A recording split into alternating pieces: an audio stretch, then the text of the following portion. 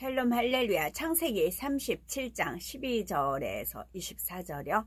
그의 형들이 세겜에 가서 아버지의 양떼를 칠 때에 이스라엘이 요셉에게 이르되 네 형들이 세겜에서 양을 치지 아니하느냐. 너를 그들에게로 보내리라.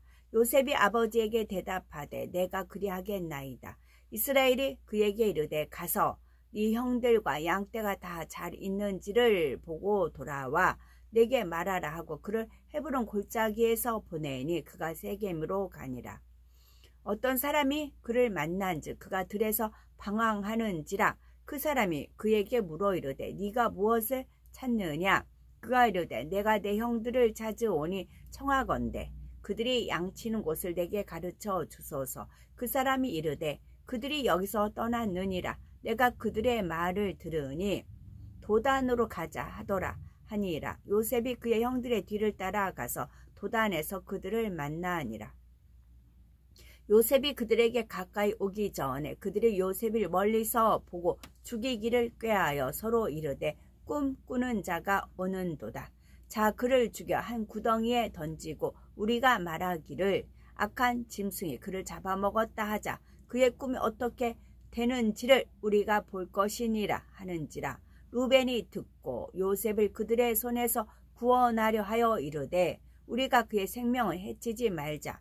루벤이 또 그들에게 이르되 피를 흘리지 말라. 그를 광야 그 구덩이에 던지고 손을 그에게 대지 말라 하니 이는 그가 요셉을 그들의 손에서 구출하여 그의 아버지에게로 돌려보내려 함이었더라.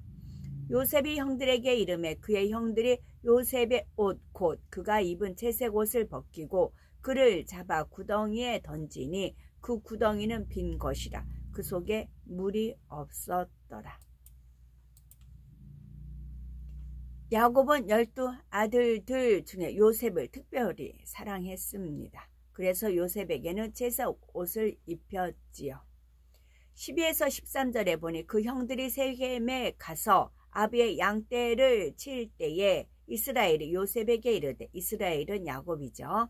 네 형들이 세겜에서 양을 치지 아니하느냐. 너를 그들에게로 보내리라. 요셉이 아비에게 대답하되 내가 그리하겠나이다 말씀하고 있지요. 형들은 모두가 세겜에 가서 아버지 야곱의 양떼를 치고 있을 때도 요셉은 야곱 곁에 있었음을 알 수가 있습니다. 즉 요셉은 힘들고 험한 일에서는 이처럼 제외가 되었던 것이었지요. 물론 요셉이 어려서라고도 말할 수 있지만 요셉은 야곱의 지시에 따라 형들이 있는 곳으로 혼자서도 찾아갈 만큼 이미 성장해 있었습니다.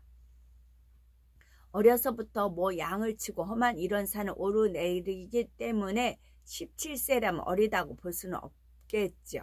17세라는 나이가 결코 어린 것이 아니었으며 오히려 한창 집안의 일을 도와야 하는 나이이지요.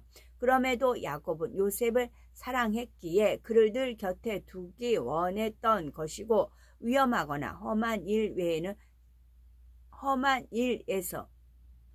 일에서는 제외를 시켰던 것입니다. 그러니 요셉에 대한 형들의 감정은 더 나빠질 수밖에 없었지요. 이런 상황에서 어느 날 야곱은 요셉에게 형들과 양떼가 잘 있는지를 살펴보고 오라고 합니다. 14절에 이스라엘이 그에게 이르되 가서 네 형들과 양떼가 다 잘 있는 여부를 보고 돌아와 내게 고하라 하고 그를 헤브론 골짜기에서 보내매 이에 세겜으로 가니라 했지요. 그렇다면 야곱은 왜 그토록 애지중지하는 요셉에게 이러한 일을 시킨 것일까요? 여기에는 야곱 나름대로의 의중이 있었습니다. 야곱 편에서는 그래도 요셉이 상황을 정확히 살펴보고 와서 보고해 줄 수 있는 사람이었던 것이지요. 요셉은 평소에도 형들의 과실을 아버지에게 잘 고하곤 했는데 이를 굳이 좋게 본다면 그만큼 정확하고 세세하게 보고를 할 수 있는 사람이었던 것입니다. 그러나 야곱이 요셉을 형들에게 보낸 것이 꼭 형들의 동정을 살펴보라는 의미만은 아니었지요. 집을 떠나 멀리 가서 자신의 양떼를 돌보고 있는 아들들의 고생함과 수고로움을 위로하려는 마음에서 자신을 대신하여 요셉을 보낸 것이었습니다. 그러면서 동시에 이번 기회를 통해 요셉과 요셉의 형들의 사이를 좀 좋게 만들어 보려는 의도도 있었지요. 야곱도 다른 아들들이 요셉에 대해 안 좋은 감정을 가지고 있다는 사실을 알고 있는 상황이었습니다. 그러니 이번 기회에 요셉을 보내어 자신을 대신하여 형들을 위로하게 하면 요셉의 형들의 마음이 좀 풀리지 않을까 생각했던 것입니다. 그런데 막상 아버지의 명을 따르는 요셉의 마음은 달랐죠. 아버지가 자신에게 형들과 양떼들을 살펴보고 오라는 사명을 준 것으로 인해 오히려 마음이 더 우쭐하게 되었습니다. 안 그래도 들레고자 하는 마음이 있던 요셉은 아버지가 이처럼 자신에게 특별한 사명을 준 것에 대해 스스로가 뿌듯함을 느끼고 있었던 것이었지요. 이처럼 나서기 좋아하고 들레려는 성격을 가진 사람들은 자신이 어떤 특별한 사명을 맡았다고 생각하게 되면 그로 인해 자신을 더 들레게 되는 것입니다. 생각하게 되면 그로 인해 자신을 더 들레게 되는 것입니다. 요셉이 자신이 꾼 꿈의 내용을 아버지와 형들에게 말했을 때 형들은 그로 인해 요셉을 더 미워하고 시기하게 되었지만 야곱은 그 말을 마음에 두었다 했습니다. 야곱은 앞으로 장차 하나님께서 요셉을 들어 쓰실 것과 그를 통한 하나님의 섭리가 있음을 알았지요. 그러나 하나님께서 요셉을 어떻게 연단해 가실지는 몰랐습니다. 그래서 야곱 편에서는 어떻게든 요셉과 요셉의 형들의 사이에 화평을 이루는 계기로 삼아보고자 요셉을 형들에게 보낸 것이었는데 그것이 결국은 요셉으로 하여금 연단의 길로 접어들게 하는 계기가 되고 말았죠. 이렇게 해서 요셉은 드디어 형들이 있는 세겜으로 향하게 됩니다. 그런데 형들이 세겜에 있다는 것을 알고 찾아갔다고는 하지만 요셉이 형들을 쉽게 찾을 수 있는 것은 아니었지요. 원래 양을 친다는 것이 풀과 물이 있는 곳을 늘 찾아다녀야 하기 때문에 어느 한 곳에 정착하는 것이 아닙니다. 그러니 어디쯤에 있을 것이다 예상을 하고 찾아가도 그 사이에 얼마든지 다른 곳으로 이동할 수가 있는 것이었죠. 그래서 요셉도 형들을 찾는 데 있어서 헤매게 되었던 것을 볼 수가 있습니다. 15절에 어떤 사람이 그를 즉 요셉을 만난즉 그가 들에서 방황하는지라 그 사람이 그에게 물어 가로되 네가 무엇을 탔느냐 했지요. 요셉이 형들을 찾아 세겜으로 오기는 했지만 곧바로 형들을 만나지는 못하고 들에서 방황하게 되었던 것입니다. 그때 요셉 앞에 나타난 사람이 있었지요. 어떤 사람이라 표현하고 있는데 그 사람이 요셉에게 먼저 네가 무엇을 찾느냐 묻는 것이었습니다. 서로 결코 아는 사이는 아니죠. 그러자 요셉이 16절에 내가 나의 형들을 찾으오니 청컨대 그들의 양치는 곳을 내게 가르치소서 말했던 것을 볼 수가 있습니다. 그런데 이 두 사람의 대화를 잘 살펴보면 둘 다 뭔가 알고 대화를 하는 것처럼 보입니다. 예를 들어 어떤 사람이 요셉을 보았을 때 요셉에게 네가 무엇을 찾느냐 물었는데 요셉이 지금 뭔가를 찾고 있다는 것을 그 사람이 알 리가 없지요. 오히려 여기서 왜 이렇게 방황하고 있느냐 이렇게 묻는 것이 더 당연할 것입니다. 그럼에도 어떤 사람은 마치 요셉이 지금 누구를 찾고 있다는 사실을 아는 듯이 요셉에게 무엇을 찾느냐 물었던 것이죠. 그런데 이러한 질문에 답하는 요셉의 대답도 정상적이라고 할 수는 없습니다. 내가 나의 형들을 찾으오니 청컨대 그들의 양치는 곳을 내게 가르치소서 했지요. 지금 요셉은 처음 보는 사람임에도 그에게 너무나도 순순히 자신의 목적을 말하고 있고 더욱이 형들이 양치는 곳을 알려달라고까지 말하고 있습니다. 그 사람이 형들을 알 리가 없고 형들이 있는 곳을 안다는 보장이 있는 것도 아님에도 요셉은 그 사람에게 묻고 있지요. 그러자 그 사람은 마치 기다렸다는 듯이 형들이 그곳을 떠나 도단으로 갔다고 알려줍니다. 모든 일들이 짜 맞춘 듯이 돌아가고 있지요. 만약 이때 요셉이 이 사람을 만나지 못했다면 요셉은 그곳을 헤매다가 결국 형들을 찾지 못하고 아버지가 있는 곳으로 돌아갔을 것입니다. 그렇게 되면 요셉은 형들의 손에 의해 애굽의 노예로 팔리지도 않았겠지요. 그리고 13년간의 연단도 없었을 것이고요. 물론 이후에라도 또 다른 사건을 통해 요셉의 연단이 시작될 수도 있었지만 하나님의 계획 속에서는 지금이 바로 그때였습니다. 그러니 요셉은 지금 반드시 형들을 만나야 하지요. 따라서 하나님께서는 요셉이 그냥 들을 헤매다가 집으로 다시 돌아가도록 놔두실 수가 없으셨습니다. 그래서 요셉을 형들이 있는 곳으로 안내할 사람을 그곳으로 보내신 것인데 그는 바로 하나님의 명을 받은 천사였습니다. 물론 요셉의 눈에는 사람으로 보였지만 하나님의 능력으로는 천사라 할지라도 사람의 형상과 같은 육을 입은 모습으로 나타내실 수가 있습니다. 이때도 바로 하나님께서는 천사를 보내어 그가 사람의 형상으로 요셉 앞에 나타나 요셉이 형들을 찾아갈 수 있도록 도와주게 하셨던 것입니다. 그래야 요셉이 연단의 길로 접어들 수가 있고 그것이 결국은 하나님의 섭리를 이루는 길이었기 때문이지요.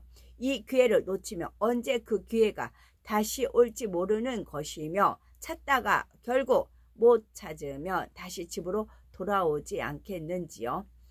이것이 바로 하나님 손에 의해 친히 받는 연단입니다. 연단은 죄로 인해 오는 연단과 축복을 주시기 위해 허락된 연단 이렇게 크게 둘로 나뉘어집니다.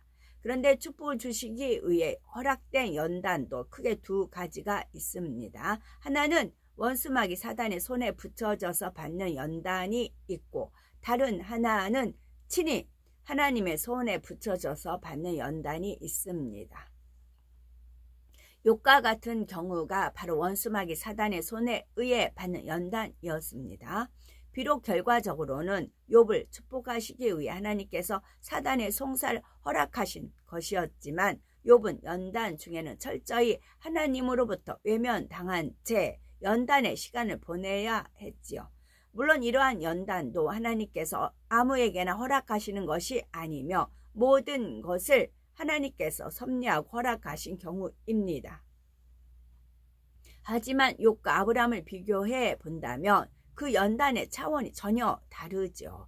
아브라함 같은 경우는 하나님의 손에 의해 친히 연단받은 경우입니다. 연단 중에도 늘 하나님께서 함께 하셨으며 모든 연단이 하나님의 뜻과 섭리 가운데 있었죠. 특히 독자 이삭을 번제로 드리라는 시험은 하나님께서 아브라함을 믿음의 조상으로 세우시기 위한 마지막 과정으로서 친히 역사하신 것이었습니다.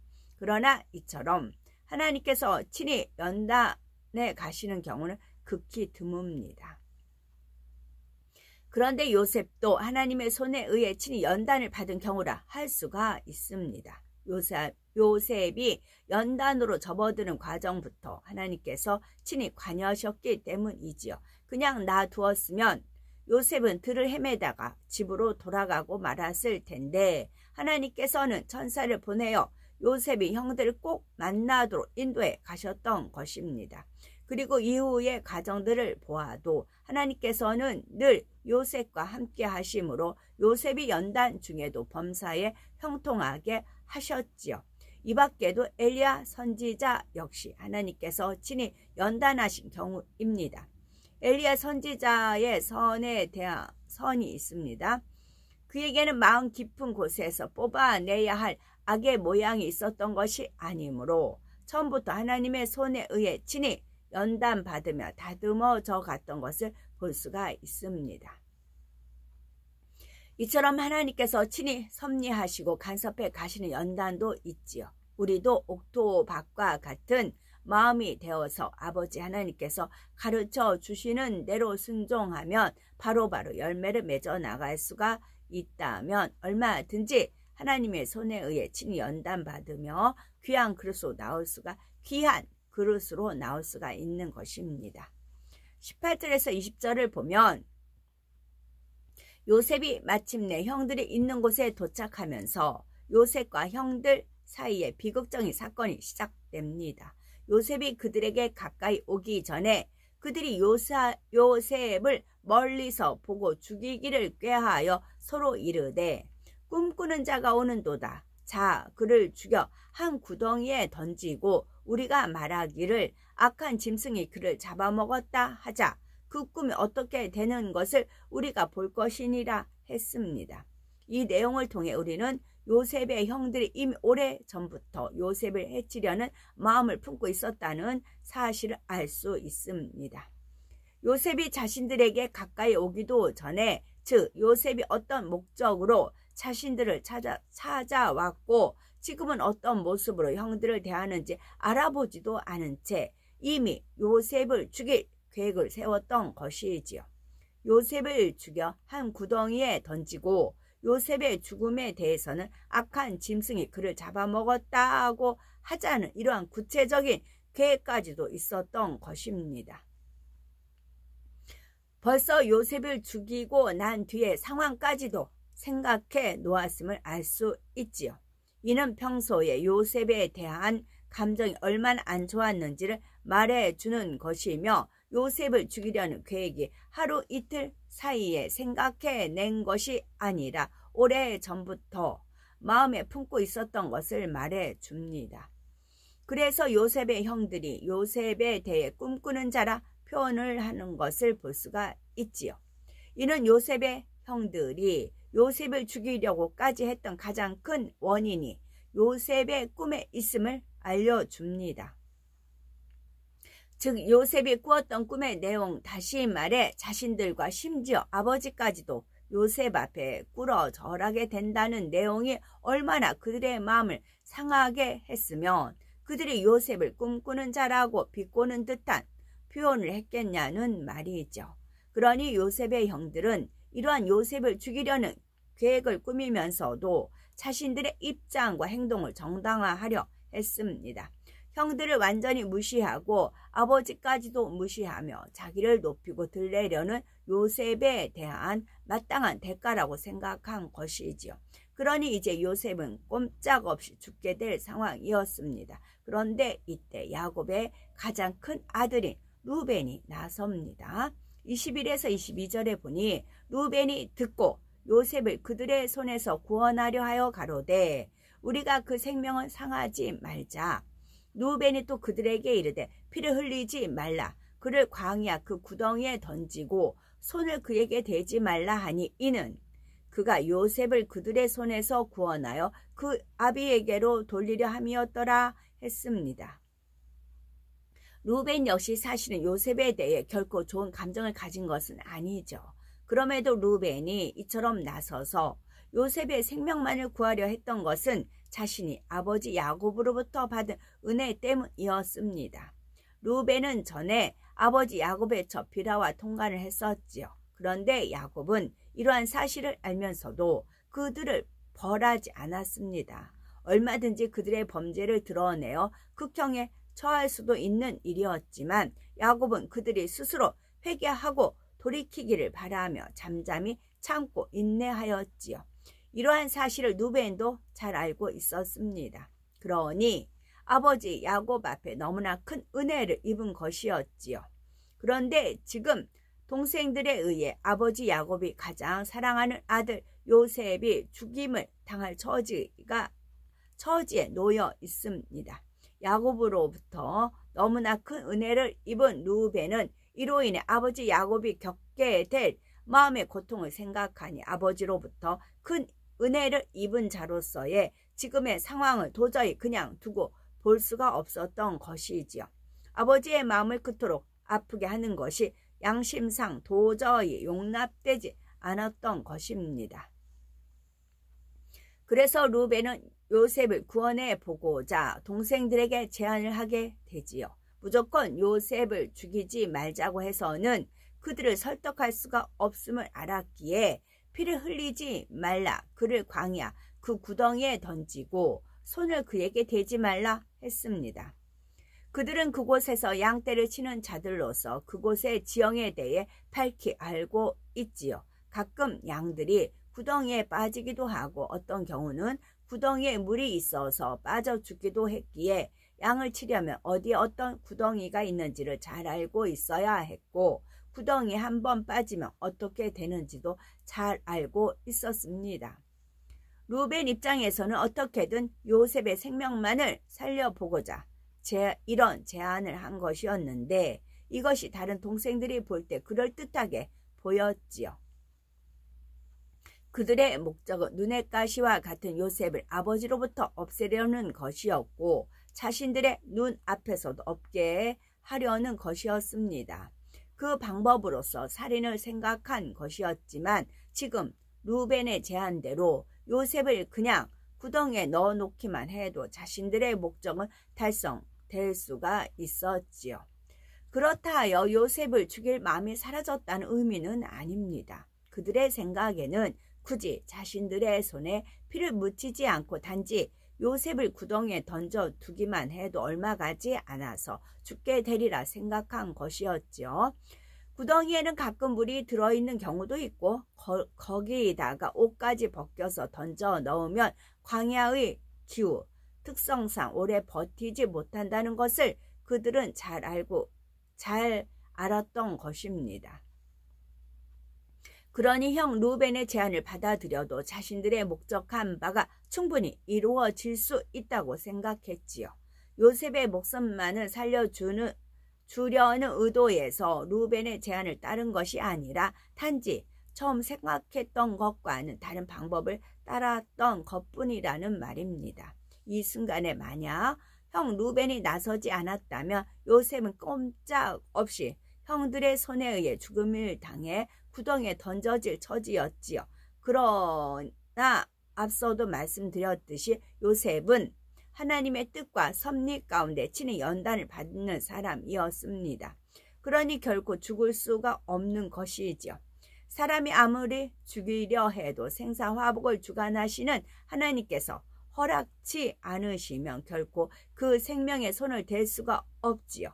그래서 하나님께서는 욥을 사단에게 내어주어 연단케 하시면서도 내가 그를 네 손에 붙이노라 오직 그의 생명은 해하지 말지니라 하셨기에 사단이 그의 생명을 어찌하지 못했던 것입니다. 요셉의 경우도 이 모든 사건들이 연단으로 들어가기 위한 과정으로 허락된 것이었지만 요셉은 하나님의 손에 의해 친히 인도받고 있었기에 결코 하나님께서 허락하신 것 이상을 넘을 수는 없다는 사실입니다.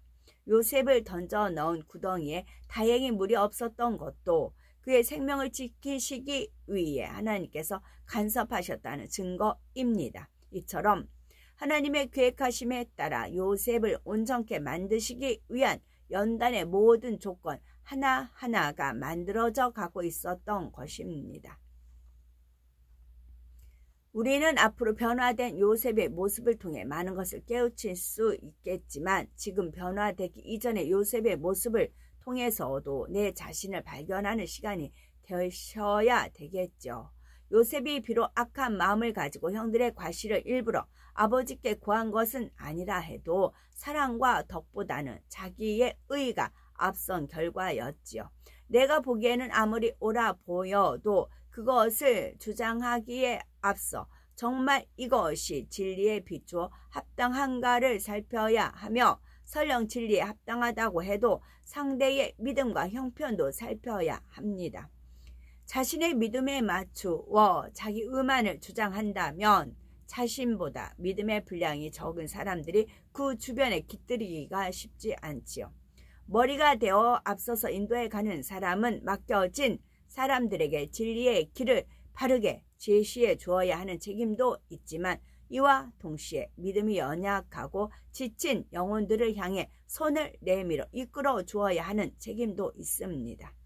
그런데 사람 사이의 관계에서 화평을 이루기 위해서는 무엇보다도 겸손으로 상대를 섬기는 것이 중요합니다. 잠언 18장 12절 사람의 마음의 교만은 멸망의 선봉이요 겸손은 존귀의 앞잡이니라는 말씀과 같이 겸손히 상대를 섬기는 사람은 모두와 화평을 이루면서 결국은 머리로도 세워지는 것입니다. 그러므로 우리도 덕과 사랑으로 상대를 포용하며 겸손의 마음으로 상대를 섬김으로 사람 사이에도 늘 화평을 이루어 화평케 하는 하나님의 아들과 딸들이라 칭찬받을 수 있는 우리가 되어야 되겠죠. 아멘.